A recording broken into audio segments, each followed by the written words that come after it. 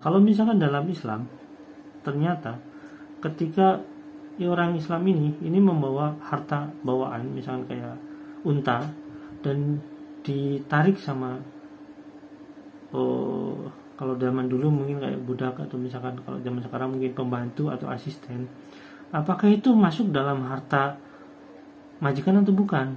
Kalau masuk dalam harta majikan, dan ketika dana uang sodako yang bukan hak milik misalkan Yusuf Mansur, tapi dalam penguasaan tim Yusuf Mansur, apakah ini masuk dalam kategori itu atau tidak? Kalian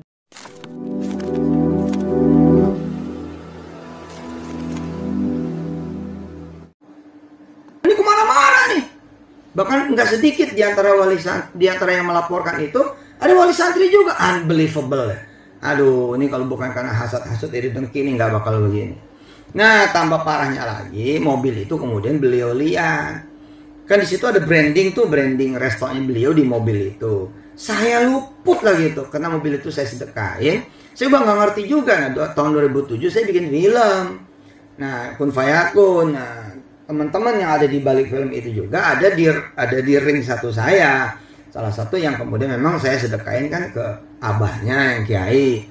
Nah, sama teman-teman begitu saya pulang dari haji, dijemput sama mobil beliau yang sudah tidak ada restorannya beliau itu, branding restoran beliau di mobil itu, berganti dengan salah satu brand yang serupa gitu loh. Dalam video itu titik berat Yusuf Mansur itu pada persoalan mobil, Pak, yang menurut dia Bapak sedekahkan gitu, Pak. Dalam pengajian itu karyawan Wongso nulis dalam selembar kertas, terus menemukan ada lembaran kertas yang mobil, dan itu menurut dia itu pasti Bapak gitu, Pak. Dan mobil itu sesungguhnya Bapak sedekahkan ke dia. Ini yang kesekian kalinya minta pertegas Bapak. Gimana Pak yang benarnya, Pak? Pengajian itu terjadi ketika setelah 3 hari setelah apa? Bapak sedekahkan mobil. Oh, jadi sebelum pengajian itu sudah sedekahkan mobil itu? Iya, itu 3 hari ya, Pak. Iya. Jadi pertama tuh kedatangan dia itu saya dibuntuti dari belakang itu. Terus saya cekat, karena ada 6 pimpinan di situ, Pak. Iya. Ada 6 pimpinan cabang. Ada. Iya. Itu ada, ya tahu persis lah gitu. Iya. Itu pertama langsung, ya apa sih, Pak? Itu mobilnya baru ya, gitu. Bagus ya, Pak, bagus ya. Mana yang masuk, bagus ya. Untuk kami, Pak. Untuk saya. Gitu. Tapi kita nggak begitu. Setelah bilang untuk sedekah, untuk dakwah, itu baru dia bilang untuk dakwah ya, Pak? Ya, bilang untuk dakwah baru kami mikir juga. Iya. Oke, untuk dakwah gitu. Iya. Untuk dakwah. Tapi ini logo-logo stiker Wongso harus ada gitu. Tidak boleh dicopot. Nggak boleh gitu. Iya. Dan itu langsung diiyakan kan. Iya. Dan terus langsung dia berdoa waktu itu, Pak. Ya berdoa. Dia berdoa. Ya alhamdulillah, pokoknya ya bersyukur baru kali ini saya punya mobil. Nah, berarti kata-kata dia dong. Kata dia, bukan saya. Saya bukan. Makanya saya berani baru punya mobil sekali baru saya. Kan karena beliau yang ngomong gitu. Iya, ya, karena dia yang bicara bahwa dia dalam doa itu gitu loh. Iya. Baru sekali ini. Saya nggak tahu ya. Iya. Udah punya mobil atau belum, saya nggak taw ya. Yang pasti pengakuan dia dalam doa dia itu baru pertama kali punya mobil ya, Pak. Ya. Dia mengaku dalam doa dia itu iya. Itu dan dia. Itu kan terus dia pergi lagi kan, Iya. jemput sopir apa baru pergi kan. Iya. Terus saya besoknya kan diundang sana ya. Iya. Diundang rumahnya dia. Bapak diundang ke rumahnya, Pak? Iya. Oh. Rumah dia juga lihat. Saya bukan bilang miskin, tapi kondisi nggak ada apa-apa gitu Iya, loh. Rumah iya, itu jejak-jejak ada mobil itu nggak ada. Terus Iya. 500 meter. Dan beliau juga ngomong sendiri, ini sedekah dari orang. Iya. Ada tinggalan. Saya ngomong sendiri ini. Jadi kan nggak punya rumah, betul. Iya. Dia ngomong sendiri, beliau. Dia itu ngomong sendiri, ini sedekah dari orang. Ada Iya. tinggalan, ini masih ada anak-anak pondok lah gitu. Iya. Ya gitu, gak ada apa saya dalam situ paling 20 menit lah. Iya. Lihat juga Iya. kosong. Ada rumput-rumput kayak gitu. Iya. Nggak ada tanda-tanda mobil nginjak rumput dan sebagainya. Saya percaya gitu loh. Iya. Ya udah gitu aja. Nggak ada. Iya. Nah, Jadi Bapak mengatakan bahwa itu mobil pertama dia adalah mobil Bapak karena pengakuan dia ya, Pak? terus sekalian saya mengundang. Iya. Besok pengajian tempat saya. Nah ya, itu loh. Baru Bapak mengundang dia besok. Betul. Nah, baru kejadian itu, pengajian itu, Pak. Ya, pengajian itu. Nah, dalam pengajian itulah baru ada tulis kertas sedekah itu. Gimana tuh Pak? Wah itu memang saya juga tahu dia lupa atau tapi orang ya, gimana? Maaf juga, makanya memang saya tegaskan juga bahwa saya belum berani belum membohong atau berbohong itu ya itulah makanya itu. Jadi waktu itu kan ya pengajian biasa sedekah gitu. Iya, iya. Ya. Sedekah itu terakhir dia ngasih kertas. Iya. Dalam kertas ya. Permintaan apa kamu? Ini Apa? karyawan semua, Nah, tolong tulis permintaan Kalian gitu. kalian. Iya. Ya, insya Allah kabulkan. Iya. Tulis dan sedekahnya berapa? Iya. Nah, tergantung permintaan tergantung berapa. Tergantung nilai ya. Terus kasihkan dia, ya uang juga. Uang dan permintaan. Kertas itu. Iya. Kasih Mansur ngasih apa? Ngasih apa ya? Nomor HP. Nomor HP. Iya. Nah, terus tolong ya 1 hari 1 jam itu 1 hari dan selanjutnya pasti akan ada keajaiban. Iya. Kalau ada Nah, keajaiban, nanti ada apa-apa coba WA sama saya. hubungi dia ya Pak. Ngomong dia. Iya. Ya udah pulang kan, ketawa semua Pak. Gila. Gombal ya. Waduh Pak, kita udah pengajian gitu ya. Itu demi Allah udah. Iya, iya. Ketawa demi Allah Pak. Itu ketawa semua. Itu betul-betul apa-apaan kayak gini. Jadi karyawan saya sudah pintar waktu itu Pak. Ya anak saya sampai Pak belum nikah itu. Iya. Nulis supaya dapat Foto anak. wah dia apa dihujat orang banyak apa dikelade orang banyak. Wah ada semua. Isimu apa gitu. Udah dibuang Pak, nggak ada hubungin dia. Iya, Sumpah, iya. Pak. Jadi itu peristiwa yang memalukan pertama. Maksudnya wah itu kalau kita sadar tiap hari pengajian kita Iya. kita pengajian biasa gitu tapi itu aneh kali gitu. Jadi anak-anak teman-teman itu udah paham. Jadi kalau itu letak bohongnya di situ. Iya. Kayaknya nggak mungkin banget. Iya. Ya. Oke teman-teman ya, jadi cerita Pak Puspo itu seminggu kemudian udah nggak ada labelnya. Terus kemudian 2 minggu berikutnya atau seminggu berikutnya setelah dikasih brandingnya juga udah nggak dipasang lagi itu kayak stikernya gitu. Ini sangat berbeda jauh gitu. Apalagi dia bilang beberapa tahun kemudian gitu kan ngaco banget ya. Apalagi dia bilang dihubungkan dengan restoran. Yang lucunya kan gini ya. Pertama Yusuf Mansur itu menyuruh sopirnya ke Pak Puspo untuk perpanjangan. Perpanjangan itu nggak butuh PPKB. Perpanjangan kalau misalkan orang kayak Pak Puspo itu ya gampang tinggal telepon itu kayak bener punya saya ke ke Samsat itu nanti ini fotokopinya atau misalkan KTP-nya kan gampang gitu. Perpanjangan STNK-nya kan mudah sekali gitu. Tapi kan kalau 5 tahunan kan sulit. Bisa ada BPKB karena harus perpanjangan plat nomor itu.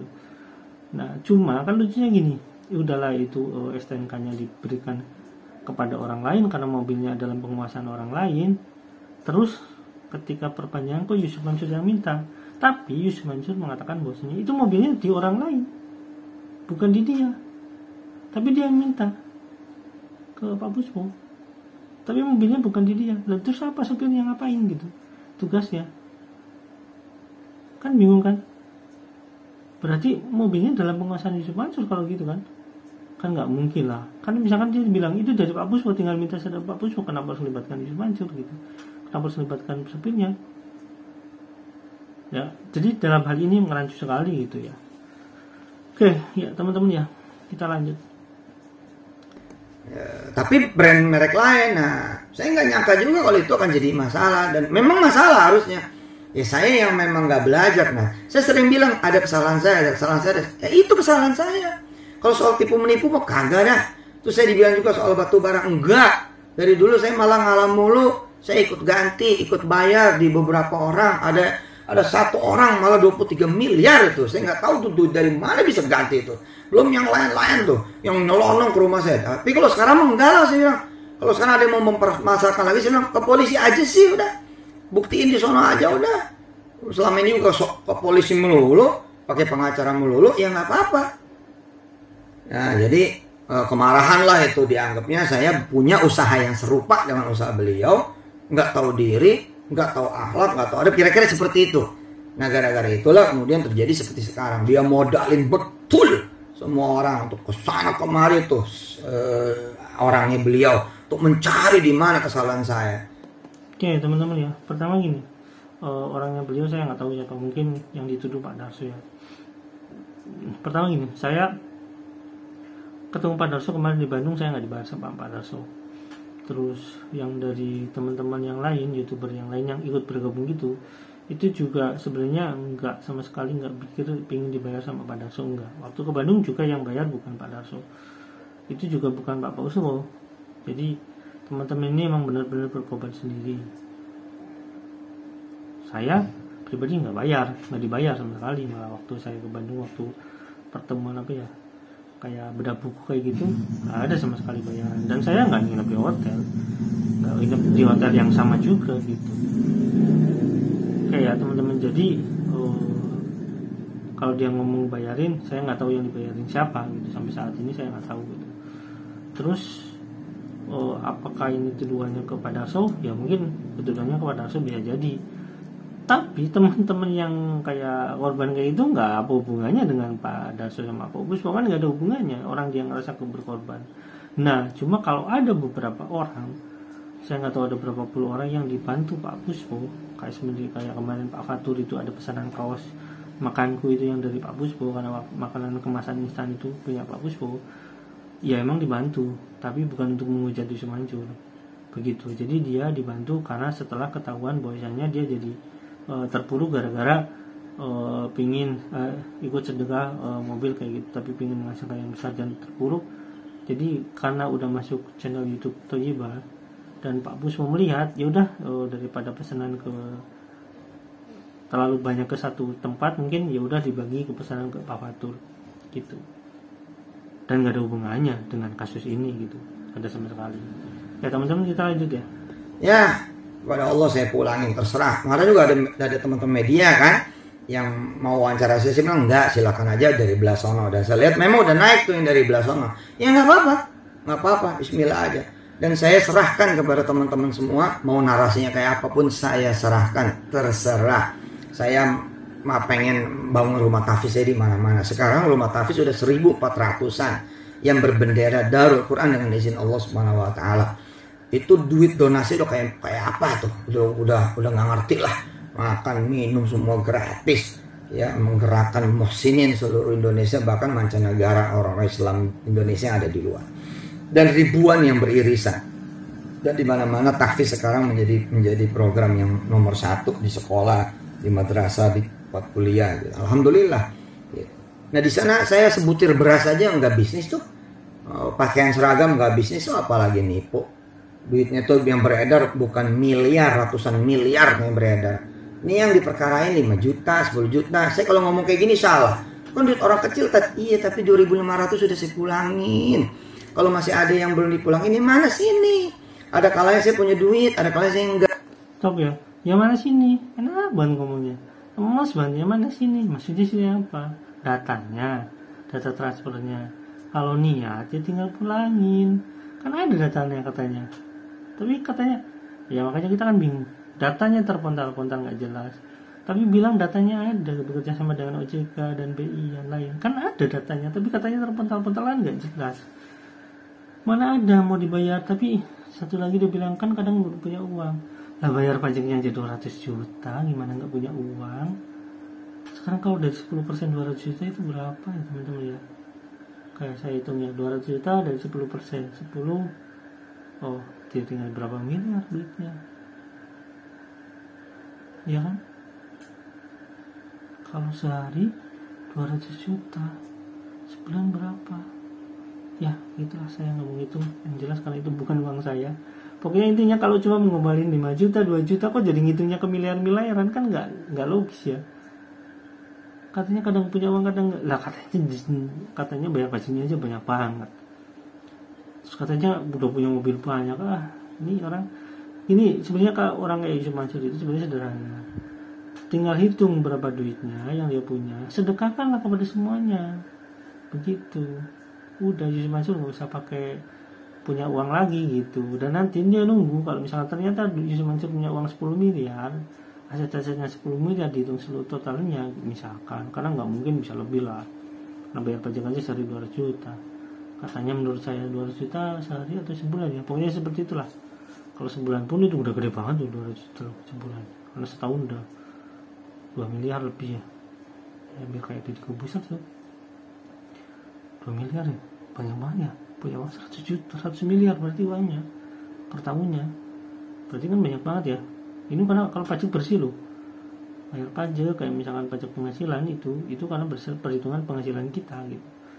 Kalau 100 miliar kalau kita hitung 10%, pajak penghasilan 10% karena udah lebih dari 4 miliar, penghasilan 10% berarti 200 miliar teman-teman, gede kan? Oke, itu teman-teman. Jadi intinya kalau mau bayar uang 5 juta, 2 juta itu kan kecil banget ya. Sekarang dia udahlah ngaku dia pandai manajemen, udahlah pokoknya intinya seperti itulah, banyak kata-kata yang gak jelas. Oke teman-teman, lanjut ya. Kalau saya nggak punya duit, ya saya bagi 2, bagi 3 gitu. Kalau punya duitnya langsung. Nah 2 tahun terakhir kan siapa juga tahu nih COVID. Iya memang kecil dikit-dikit, tapi kalau sekali pengajuan 20-30 orang kan ini berasa gitu loh. Yang begini nih saya bagi-bagi gitu. Tapi emang ada yang kayak nggak mau selesai. Ini 5 orang tuh yang mau gugat pengadilan negeri minggu yang lalu tuh didaftarin. Iya teman-teman, jadi bukan 5 orang ya. Ya jadi menurut informasi itu ada 11 orang. 11 orang itu karena yang lain ada di luar negeri, belum sempat belum bisa menjadikan ikut melakukan penggugatan, banyak yang TKW kayak gitu. Terus teman-teman yang ada di Aceh kayak gitu katanya udah diikhlaskan aja karena dia nggak mau. Terus teman-teman yang ada di Bali kalau nggak salah atau di mana itu, saya dapat informasi ke saya langsung, katanya ya udahlah diikhlasin aja karena nggak mau perpanjang karena ya pertama jaraknya sangat jauh, terus untuk sampai mensupport teman-temannya aja di sini kesulitan gitu, untuk jadi saksi nggak bisa nantinya. Terus intinya banyak cerita lah, pokoknya udah males lagi, dan jodoh udah pula katanya ada banyak yang pula mengatakan udah diikhlaskan aja gitu ya. Jadi ini aja udah salah ya. Oke kita lanjut teman-teman. 5 orang lo bayangin, ini apa gitu loh. Bukannya ayo maju bangun bangsa dan negara. Emang saya penjahat kayak apa juga sih gitu. Kemudian ada lagi tuduhan itu, ya udahlah terserah lah, mau nuduh apa terserah lah. Kalau emang udah begitu ya mau diapain gitu. Nah sekali lagi teman-teman, ini saya udah minta izin para kiai, besok udah mau berangkat muktamar juga, saya ikut di muktamar NU Lampung. Insya Allah mudah-mudahan Allah sayang saya dan bisa menyelesaikan semuanya. Apa yang saya sampaikan, apa yang saya kemudian ikhtiarkan, semua semata-mata karena Allah. Insya Allah izin Allah, kepengen umat itu jaya. Bukan umat selama ini selalu mengeluh. Umat ini selalu, mana orang kaya dari kita-kita? Bentar, umat Islam selalu mengeluh. Enggak lah, orang kaya dari kita kan banyak. Dari Islam banyak lah. Hairil Tanjung ada, Pak Yusuf Kala ada, Pak B.J. Habibie dulu ada, Pak Soeharto juga orang Islam. Orang pengusaha yang kaya banyak, itu Hairil Tanjung juga orang kaya, orang Islam juga. Begitu. Lebih kaya daripada kebanyakan orang malah. Yang Islam dari teman kita, umat kita yang lain banyak juga. Kata siapa itu kamu semua orang kaya. Banyak pengusaha-pengusaha yang ikut sunnah juga banyak yang kaya. Terus dari bahasa lama juga orang-orang kaya. Terus para habaib juga nggak sedikit yang sangat kaya gitu. Oke teman-teman kita lanjut ya. Jadi ya itu jago retorik aja. Mana orang besar dari kita? Mana usaha yang dari kita? Mana yang punya kita? Lah giliran punya ada sedikit ini juga usaha ya. Masa iya bisa langsung jalan juga? Ya mari gitu. Apa yang memang belum selesai kita selesaikan. Apa yang belum sempurna kita sempurnakan. Apa yang masih kurang juga, ayo mari kita perbaiki semuanya. Bismillahirrahmanirrahim. Saya nggak akan pernah berhenti juga menegakkan ekonomi umat, ekonomi bangsa dan negara. Nggak akan pernah berhenti. Bismillahirrahmanirrahim. Apalagi berhenti jadi ustadz. Enggak lah. Ya.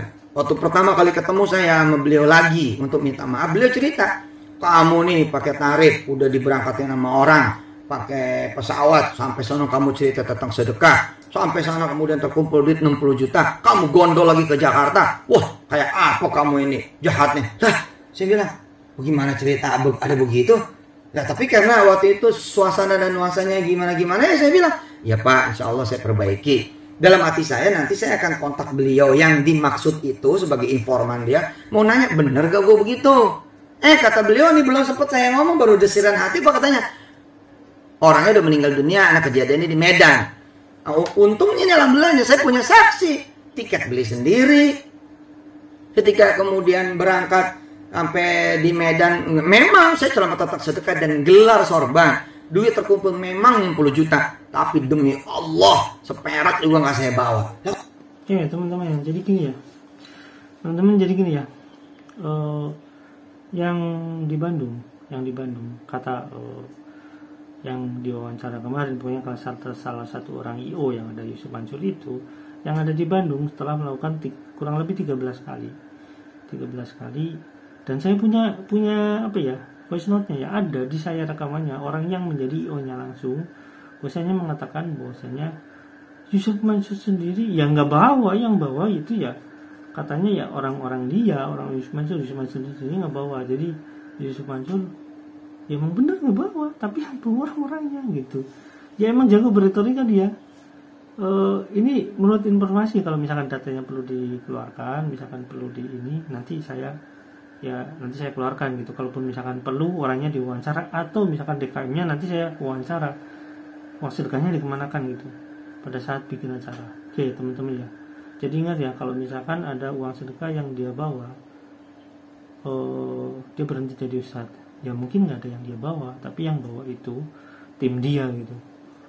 Menjago dia, top untuk masalah retorikanya. Tapi apakah dalam kaidah Islam ketika si pembantu membawa uang barang bawaan si pemilik, si majikan, apakah termasuk dalam kategori bahwa majikan itu membawa barang atau tidak? Nah, kalau misalkan dalam Islam, ternyata ketika orang Islam ini membawa harta bawaan, misalkan kayak unta, dan ditarik sama kalau zaman dulu mungkin kayak budak, atau misalkan kalau zaman sekarang mungkin pembantu atau asisten, apakah itu masuk dalam harta majikan atau bukan? Kalau masuk dalam harta majikan, dan ketika dana uang sodako yang bukan hak milik misalkan Yusuf Mansur, tapi dalam penguasaan tim Yusuf Mansur, apakah ini masuk dalam kategori itu atau tidak? Kalian bisa pikir sendiri ya. Oke, boleh orang jago berretorika, tapi hukum di Islam itu udah sangat lengkap. Oke teman-teman ya, kita lanjut dulu.